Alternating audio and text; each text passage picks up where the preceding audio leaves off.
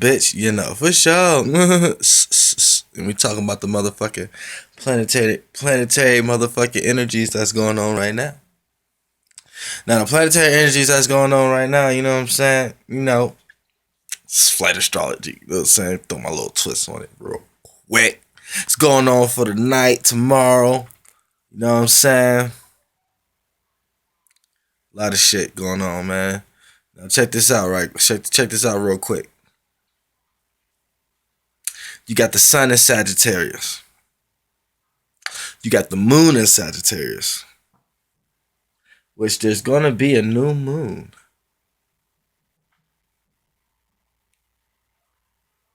You heard that, right?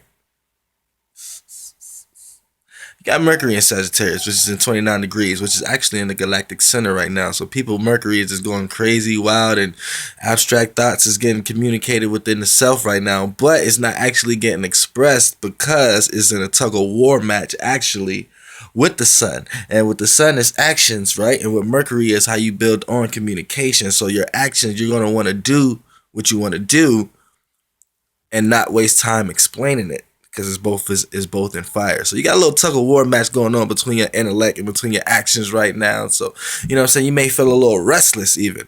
You know what I'm saying? You don't know what's running faster, your mind or your body. And when we got the moon just going in here right now, the moon is actually at 1 degree. So, it's just getting dry right now. You know what I'm saying? It's stepping out of that Scorpio waters. You know what I'm saying? And it's getting dry right now. You know what I'm saying? And it's trying to figure out how to feel about things. It don't quite know how to feel about certain things, because Sagittarius, even though it's a fire sign, it's a filler sign. The way it feels like it needs to deal with it on the intellect. So when things get overly emotionally and overwhelming for Sagittarius, this is why they run, because it's too many feelings at one time to intellect at one time, because they are a filler. Air signs can kind of let it be passive and go, you know what I'm saying? But when it comes to a filler like the water and the fire, they all handle it in different ways. Fire is the extroverted fillers, water is the introverted fillers. Now the thinkers, air is the extroverted thinkers, earth is the introverted thinkers, you know what I'm saying? Just to give you a little twist on things, you know what I'm saying? A little twist on things. So, y'all, Brody. All right, man, catch up with you, you know what I'm saying? Let a nigga know something. That's all y'all needed to see. You know what I'm saying? And yeah, motherfucking Venus is in Scorpio right now, so people desires is at an all-time high right now. Niggas are sex addicts right now. You know what I'm saying? People but it don't stop there, because we have to look at the angles and see how it's actually playing out. But that's just the common nature of Mars being in Scorpio right now, because Mars actually is the ruler of Scorpio. So you know what I'm saying? The little it has is the passion behind it, but the aggressiveness to actually go for it, for whatever desire that they want right now. So any desire or whatever thing like that, you're gonna attack it right now, with full force and all emotional baggage behind it. But see, here's the trick. Here's the trick. By being a Scorpio, and by Jupiter being in Virgo, see what happens here is it's not making a direct aspect yet, but when it starts to make an aspect, see, you're gonna learn something from whatever your deep desire is coming. So you know what I'm saying? Look, Saturn is in Sagittarius, so it's actually it's gonna eventually it's like squaring Jupiter in a light square.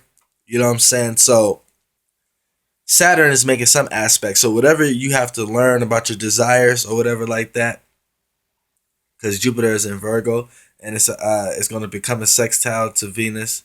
You know what I'm saying? Eventually in a few days. So what happens here is you're going to learn something from you attacking your desires, or you were going for it or something like that. It says it's making like a light aspect to Saturn. Any kind of aspect to Saturn is a malefic.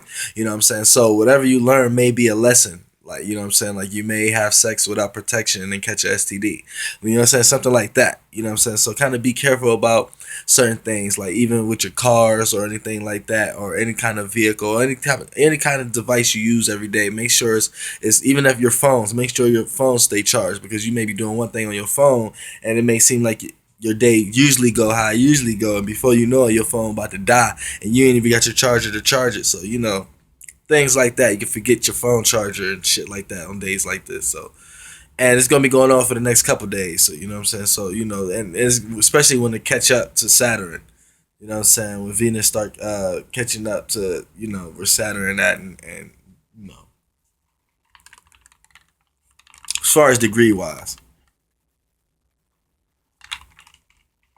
Now, we all know the generational angles. I'm pretty sure you can go on the internet right now and discuss those. That's why I don't really like discussing those, because we all know what's going on amongst the generational gap right now. You know what I'm saying? That's when we do the angles and aspects to the outer planets. But right now, I want to see, I like to say how it relates to us. So when we say that, how it relates to us, we have to talk about Neptune and how Neptune is actually squaring the moon, and a light square, light, real light, tender light square to the sun and Mercury. You know what I'm saying? So, Neptune is making people take action, but it's throwing an illusion, making you may believe in yourself even more, or you may even self doubt in yourself even more. But it's either or. It's not like a in between how you can usually go on with the day. You know what I'm saying? Then by actually squaring the moon, what happens here is you feel like you can accomplish your dreams, but right now it's so much restriction going on. It's allowing you to take your mind off the actual details due to the restriction that's going on with the Saturn in Sagittarius. So it's like you feel the restriction, but you don't feel the actual pain from it. It's like, you ever heard that saying, like, things don't hit you until a few days later, like somebody die in your family or something like that, and it don't hit you till a few days later or something like that. Like that. You know what I'm saying? That's the kind of feeling that's going on right now with this moon and squaring Neptune. You know what I'm saying? Things is not gonna hit. It's not gonna hit you in a serious note, but serious shit is going on right now because Saturn is actually in Sagittarius. So serious shit is going on. But with Neptune squaring Sagittarius moon right now, and actually is squaring Saturn, you know what I'm saying? It's making people kind of fall back and get into their own groove, their own world, and not think so hard about things. So it's making it a little easy right now. Actually, this is actually a good see. Anytime a malefic have a square and an opposite, that's a good thing. And anytime a benefit planet have a trine or a sextile, that's a good thing.